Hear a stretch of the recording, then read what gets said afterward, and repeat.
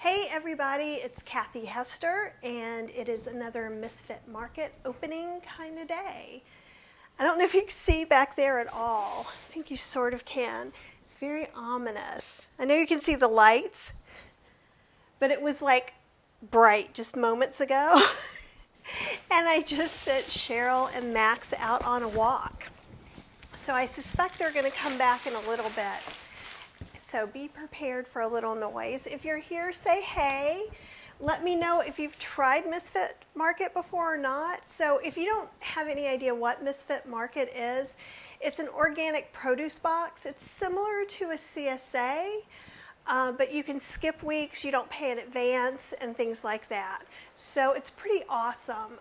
The box I get is the largest one, and it's $35 plus $4.50 shipping, I believe it is, and it's kind of a lot of food. So with Misfit Market, can you guys, I don't know if you can hear the rain. It is totally storming.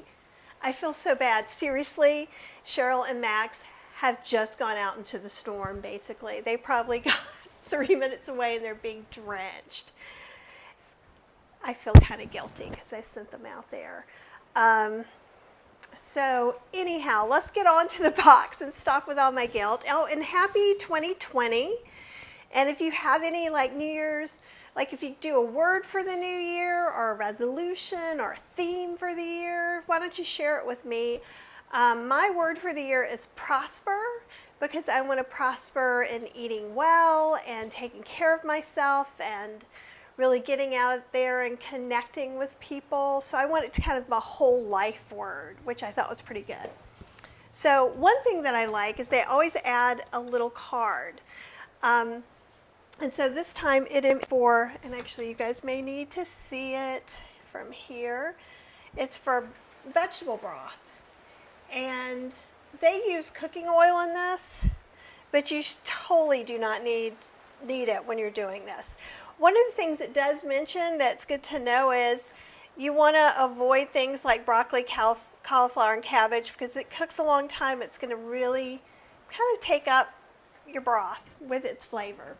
But I like the way they send you a little card. So let's start off. We've got 2 bunches of kale. There are a couple of little spots.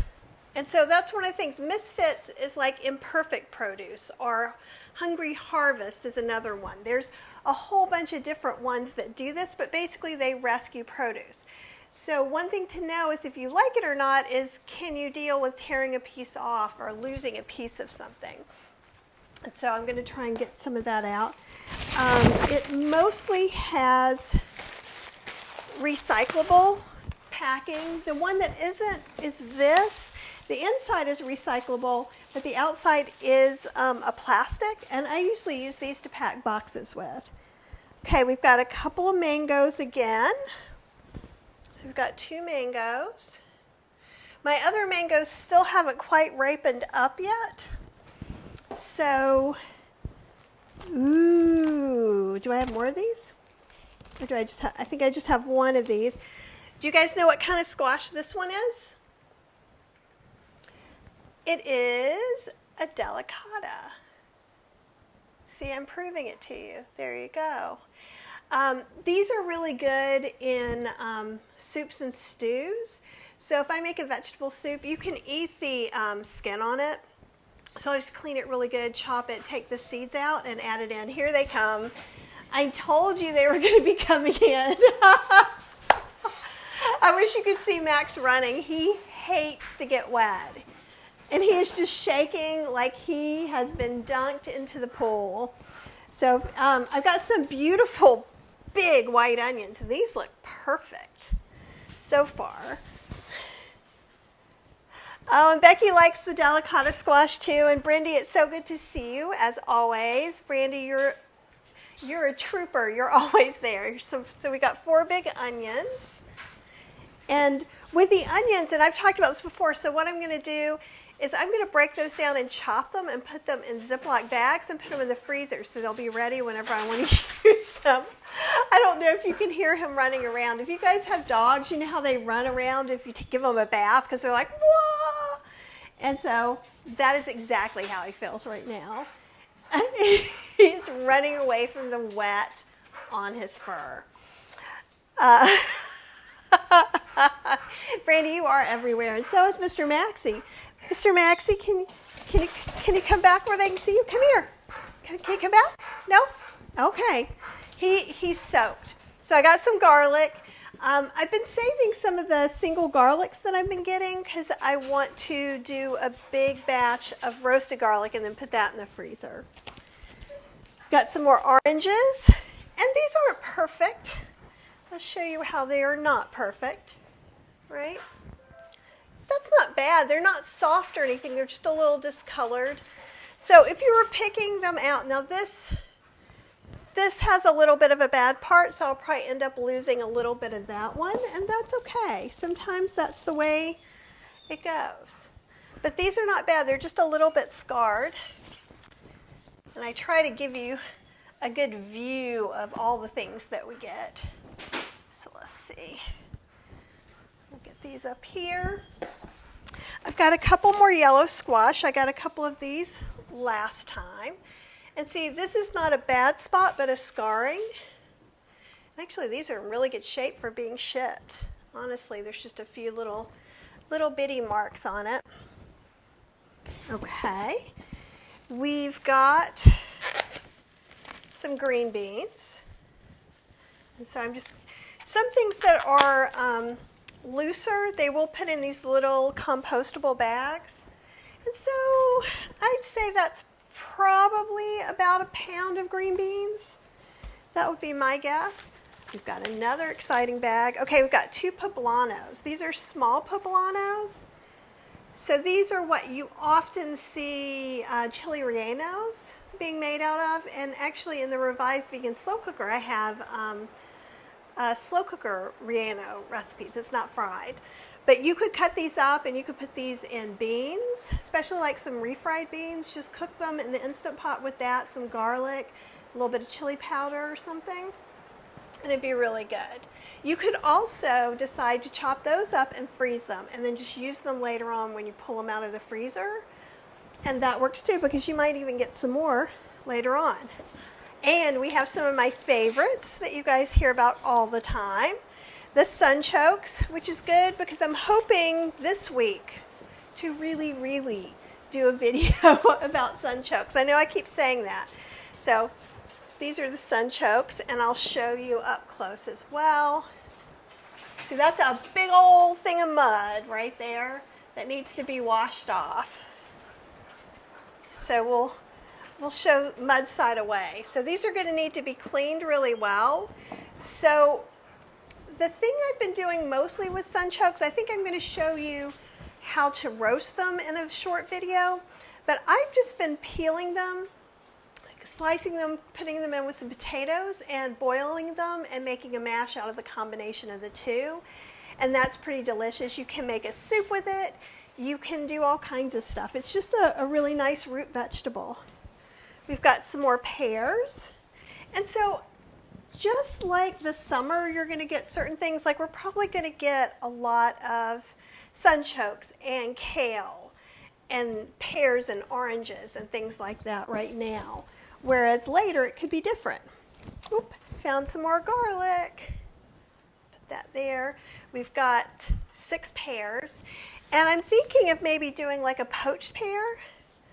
Oh, and Brandy's asking, can you eat the sunchokes raw? Yes, because someone was telling me that she's been slicing them and dipping them in like hummus. I haven't really eaten them raw, but I would assume that they would be just delicious. Okay. Ooh, I think we have 2 pounds of green beans instead of just 1. Okay, and here's something to see. So let me show you the whole part of this. So I opened the bag and I reached in, and there is one that has mold on it, right? But if we look in here, it's kind of fine. So I would encourage you that if you get these bags to open them up and take a look at what's inside. The little moldy one's just going to go into the compost. But also know, once again, I left this longer than I should have. So it came on Friday and I'm just unboxing it now. So for that, that is probably my fault anyhow and not theirs. So would you just like wash those extra carefully? Or? So Cheryl's asking what would I do to clean them? And yeah, we would wash them extra carefully. You want to wash them pretty good anyhow. So, because if this is the case, I don't know if you guys notice when you go to the grocery store, you'll find that certain things get smaller and smaller. Like sometimes onions will be broken down, or cabbages will get smaller. Well, they're taking those bad pieces off. So you could just as easily get something that has a little piece of mold on it from the store. So it doesn't mean that everything's bad, but no matter where you're sourcing your produce, you should be really careful about that. We've got apples, which again is a nice winter thing to get. There is a bruise here, right? Which is no thing at all to me. And what I want you to remember too, I know some of you are just joining in, is that this is all organic produce. It's $35. This is the large box. So kind of to catch you up on that. And also I did get an email this week and I put that up, and we've got carrots. And see, the carrots are just kind of like any which way, but do we care?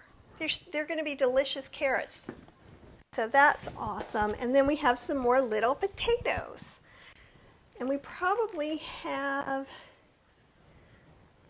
11 of these guys. Some tiny, some not tiny. Like that one's not tiny at all.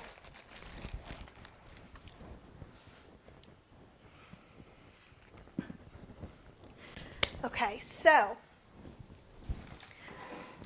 what I was trying to tell you just a second ago is that they're doing a 50% off your first box if you use the code and misfitsmarket.com. If you go there, once you order a box, and you can order the smaller box or the bigger box and get 50% off if it's your first order with them. If it's not, I'm sorry, they don't do anything for that. And I think that's through January 7th. It's through the 6th or the 7th. Once that ends, it'll still be the same code and it'll be good for 25% off your first box. Brandy's saying the carrots she bought at the store are so skinny and she needs 5 to make a regular one. I know, like, what's awesome about the giant carrots, which tend to happen at some times of the year than others, is that you can use a spiralizer on a carrot that's nice and big. It's also, sometimes if you get juicing carrots, which usually come in the giant bags, you can find some that work in the spiralizer as well. But I would not recommend trying to spiralize this because you're going to get like 2 loops and just a big long pencil shaped that went through the middle. It's not even worth trying. What you could do is use a peeler and just make yourself kind of fettuccine noodles that way, and those are kind of nice and thin. So if we're looking at all the stuff I got, that didn't change cameras. There we go. Okay, so the onions I could go ahead and prep, put in the freezer, or I could even roast some of the onions and do like a puree with some salt and lemon juice and make kind of like an onion sour cream. The Sunchokes we've been using in mash, but we could also put those in a roast vegetables. A Sunchoke apple soup could be good. So could a Sunchoke apple carrot soup. A delicata pear soup could be good. Potato soup is always good. Roasted potatoes. We all love the potatoes, right? We're plant-based. All the potatoes all the time. With the green beans, I might do like a black bean stir fry. I have some fermented black beans that I bought at the Chinese grocery store because regular pre-made black bean sauce has gluten in it and I can't have gluten anymore. So I'm going to try and make my own. But one of my favorite things, if you can't have gluten, black bean sauce is awesome. It is salty and fermented and really delicious. Yeah, potato everything for sure. But then what I do is I just kind of cook you could steam up the green beans a little bit and then just saute them with a little bit of that sauce, and it's magic. So it's one of my favorite dishes. With the oranges, we've been eating a lot of oranges actually, and the pears I was thinking of poaching. We could also use a couple of pears in soup. I kind of like doing the winter squash, root vegetable, apple or pear kind of combination. I've been doing a lot of that in my hot blender. And I have a Go Eyes, but there's like the Ace Instant Pot Blender, and there's the Cuisinart Soup Maker, which I believe Brandy has. And there's a Breville one, and I'm not sure what the name of it is. And so what I've been doing a lot of times is just kind of cutting these up in small cubes. You put them in, and it's actually plugged in. So it actually heats. And then you cook the vegetables in there, and then you can puree it. And so we've been having a lot of pureed soups. You could do that with the summer squash as well. It just feels weird to have summer squash soup in the winter. I could also grate it and put it in the freezer and use it in some baked goods. The Phillips Soup Maker is the one that Brandy has. And if you guys have any questions about any of these, let me know. I wanted to tell you two things. So the first thing is I have a free 5-day Instant Pot email challenge. So what that means is you don't pay anything, and once you sign up, I think you get 5 days of proper lessons. You get one of like an intro, and if you really haven't gotten your Instant Pot out of the box, I give you some hints and tips and tricks and a little video to watch. So every day you get a video to get some more information about what's going on. We talk about how to release pressure. I show you how to release pressure in some of the videos.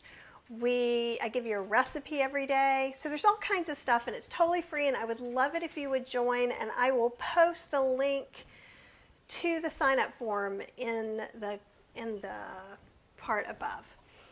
I think it's going to be above. So if not, it could be below, right? I'm just recording now. I have no idea what's going on. The other thing is, this is my new latest book, and it's gluten-free vegan cooking in your Instant Pot. And it's coming out in February. And if you have an Instant Pot, I would love it if you would think about getting it. And let me show you some of the table of contents. So it's staples, and we've got a no soy yogurt. Everything's gluten-free, but don't be scared. Most of the recipes are just the same as in all my other books. But, you know, we have an easy homemade tempeh that's black-eyed pea, making your own veggie dog from real vegetables. There's even an oil-free chickpea sliceable cheese. That's in the staples. Velvety root veggie soup is a lot like what I've been telling you about making in my blender. Onion soup, there's casseroles and pastas and beans, including these amazing onion and molasses baked beans. There's different veggies and grain mains. A lot of my friends contributed recipes like Chef AJ and Amy Katz, Nancy McDermott, Jill Newsonow. So many people, so many awesome. And so Nancy even made us a green curry sauce with no oil. So I'm pretty stoked about that. So anyhow, if you're interested, you can pre-order it now on Amazon. You'll be hearing a little bit more about it and seeing some recipes. But I wanted to make sure that everything was there. If you're getting a Misfit Market box, please let me know how you think yours is going. Are you happy with it? Or are you not happy with it? And let's just go. And I don't get paid anything for Misfit Market. I wish I did. But I think it's a good thing, and it's a really good deal, I think, on organic vegetables. So that's all for right now, and I hope you are not in the middle of a rainstorm walking your dog, and that you are warm and safe and getting ready to eat some soup. Have a great weekend.